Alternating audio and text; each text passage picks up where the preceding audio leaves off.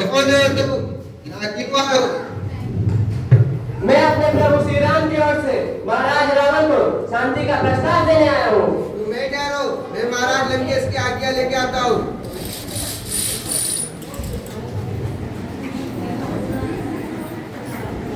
महाराज लंकेश की जय हो। क्या है?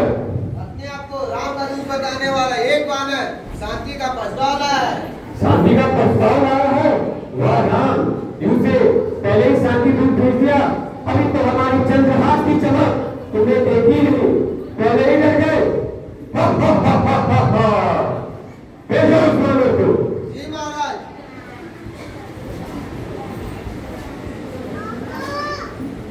महाराज रावण की आज्ञा प्राप्त हो चुकी है, आप अंदर आइए।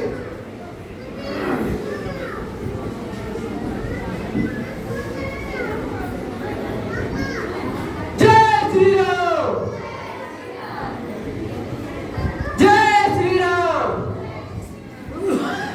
वानर, कौन हो तुम और क्या संदेश लेकर आए हो? महाराज, सब देशों के राज दरबारों का विधान है कि दूसरे राज से आए हुए राजदूत का सम्मान करके पहले उसे आसन दिया जाए, फिर सम्मान से उसका अधिक करके उसे उसके आने का कारण पूछा जाए। महाराज, ये वानर इतना भी नहीं जानते कि राज जो उसे कहते हैं जो किसी राजा ने बेचा हो। जंगल से आए हुए किसी वानर का राजदूत नहीं। आप राजा की बात करते हैं लंकेश्वर, मैं जिनका दूत हूँ वो तो राजाओं के राजा राजेश्वर है। वह केवल इस भूमि खंड के नहीं वरन तीनों लोगों के स्वामी है। देवताओं, वेदों और विधि के भी वही नायक है। मैं उन्हीं त्रिलोकेश्वर प्रभु श्री राम का दूत हूँ। वह हरि है, हर है या ब्रह्मा है? कौन है वो? तुम इतने बड़े बड़े वार्तालाप जिसके लिए सुना रहे हो, उस तुम्हारे राम की वास्तविकता केवल इतनी है कि वह एक भटकता हुआ धनराशि है जिसे अपने राज से भी निकाल दिया गया है। बताओ, उस भिखारी ने क्या संदेश देकर भेजा है तुम्हें? महाराज रावण, आपने मेरे स्वामी राजेश्वर प्रभु श्री राम का अपमान किया है, इसलिए नियम अनुसार मुझे इस सभा से चले जाना चाहिए।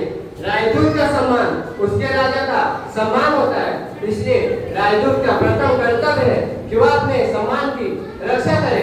परंतु जो मैं संदेश लाया हूँ वह इतना महत्वपूर्ण है कि उस पर लंका निवासी और सारी राक्षस जाति का जीवन और मरण निर्भर है। हे तस्वीर, अब मेरे आने का कारण सुनो। मैं आपके हित और भलाई के लिए प्रभु श्री राम का दूत बनकर आया हूँ। महाराज, मेरे पिता से आपकी मित्रता थी, इसलिए भी मैं आपको भले सम्मति देने आया हूँ। प्रभु श्री राम ने कहा है आप उनके चरणों में गिरकर माता सीता को सम्मान सहित उन्हें लौटाकर उनकी शरण में आ जाए तो आपको अवश्य क्षमा कर देंगे। अच्छा, हमारे क्षमा मांगने पर वे हमें क्षमा कर देंगे? तुम हमें इस बात का विश्वास दिलाते हो? हम सीता को अपने कुटुंब सहित अपने दांतों से पीट के दबाए उनके शिविर तक जाए और वे हमें क्षमा न करे तो सारा जग हम पर हंसेगा। इस बात का विश्वास हमें कैसे हो? महाराज रावण, प्रभु पर विश्वास करना पड़ता है। जिसे प्रभु पर पूर्ण विश्वास नहीं होता उसे प्रभु की प्राप्ति कभी नहीं हो सकती।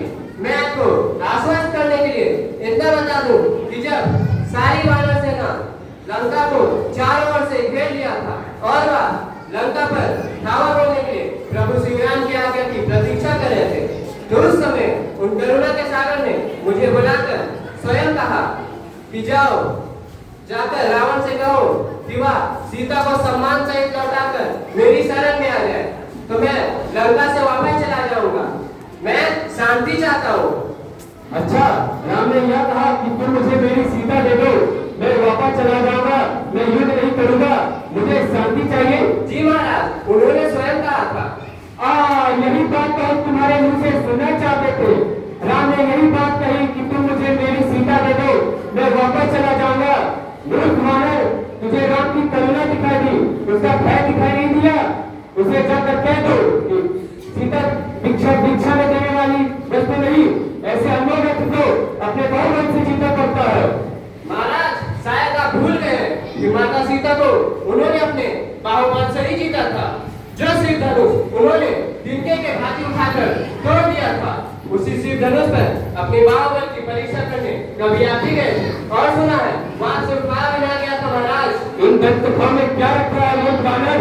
तुमने कहा था कि तुम्हारे पिता हमारे मित्र थे, परंतु तुमने अपने पिता की मित्रता की संधि नहीं ली। महाराज, मैं देवराज बाली के पुत्र महाराज बाली का मैं पुत्र हूँ। मेरा नाम अंगद है। यह वही बाली है जिन्होंने अमृत मंथन के समय समुद्र को मंथने में सहायता की थी। तुम वानरराज वाली के पुत्र हो, उनकी और हमारी मित्रता की संधि थी।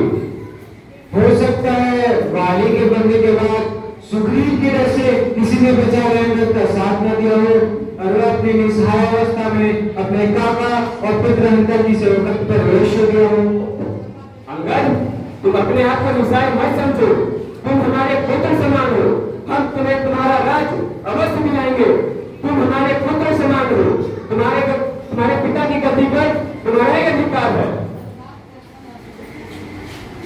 महाराज, प्रतिशोध वीरता की निशानी नहीं होती और कायर शत्रु को क्षमा करने का साहस नहीं कर सकता।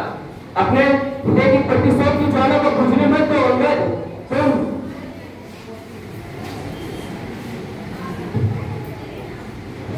तुम राम के विश्वसनीय हो। अकेले में उसका नाम उठा के उसका वध कर दो। यही एक वीर पुत्र का कर्तव्य है। महाराज, प्रतिशोध वीरता की निशानी नहीं होती और कायर शत्रु को क्षमा करने का साहस नहीं कर सकता। बस बहुत हुआ। मूर्ख बानर, तुम रावण की शक्तियों को नहीं पहचाने। हमारा हाथ खड़क की ओर जाता है तो सब बाधाएं कांपने लगते हैं। सेनापति, पकड़ लो इस बानर को। जी महाराज। ठहरो महाराज, आपके लिए था मुझे अपना शक्ति क्या दिखाएंगे? मैं आपको अपनी शक्ति खुद दिखाता हूँ।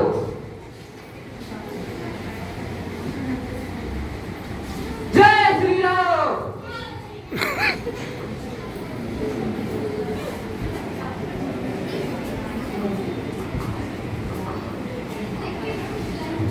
जय श्री राम।